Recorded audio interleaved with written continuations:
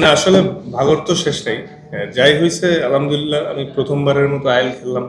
তো আমরা তিনজন বাংলাদেশি ছিলাম, আবার রিশাদও বিগ ব্যাশ খেলছে, তো এটা আমাদের জন্য একটা ভালো এক্সপিরিয়েন্স হচ্ছে।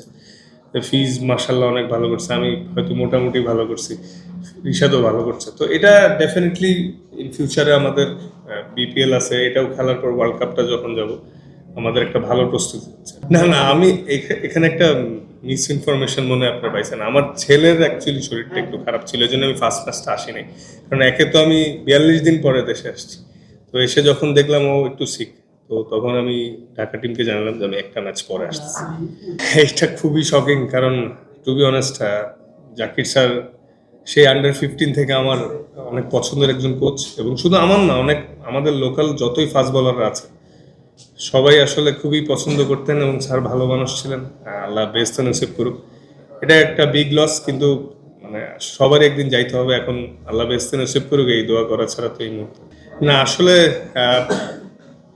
এনওসি পেতে পেরে খুবই ভালো লাগতেছে, কারণ যত খেলবো to be honest different different কালচারের প্লেয়ারদের সাথে ড্রেসিং রুম শেয়ার, অনেক কিছু শেখার আছে। তো plus different coaching panels.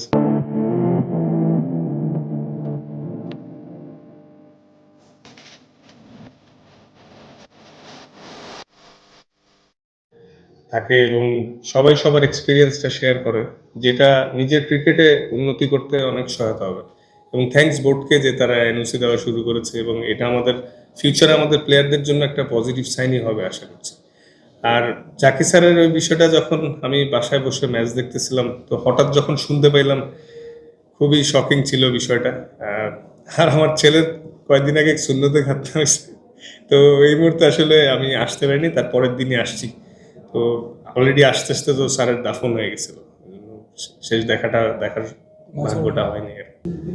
Two be honest এটা আহ, মানে বড় একটা লিগ, তো দেখা গেছে যে প্রত্যেকটা টিমের ব্যাটিং সাইড বেশ স্ট্রং। তো দেখা গেছে যে দেখতাম যখন একটার পর একটা ব্যাটসম্যান আসতেই আছে, ঠিক আছে, তো ইজি ছিল না বলার হিসাবে। তো চেষ্টা করছি, তো যতটুকুই যা হয়েছে এটা আমার ফিউচারের জন্য কনফিডেন্ট বুস্ট আপ করবে, যাতে আমি আরো ভালো করতে পারি। এবং মানে কালচার ওয়াইজ প্রফেশনালিজম সবকিছু অনেক সুন্দর ছিল এখানে। তো এই জিনিসগুলা থেকে যতটুকুই শিক্ষা গ্রহণ করছি, এটা ইন ফিউচারে আমি শিওর যে ফিজ যা শিখছে, আমি যা শিখলাম, রিশাদ যা শিখলো, এটা ইন ফিউচারে আমাদের বাংলাদেশ টিমেও ইম্প্যাক্ট পড়বে। কিছুটা হলেও 5% হলেও ইম্প্রুভমেন্ট আসবে। একটা জিনিস যেটা ভালো লাগলো যে ওর গুগলিটা শার্প হচ্ছে। তো মাঝখানে শুরুর দিকে ওর গুগলিটা ওরকম শার্প ছিল না, কিন্তু ওই বিগ ব্যাশে অস্ট্রেলিয়ান কন্ডিশনে ওর বল যে টার্ন করতেছে, ভালো করতেছে মার্শাল্লাহ। তো এটা খুবই পজিটিভ।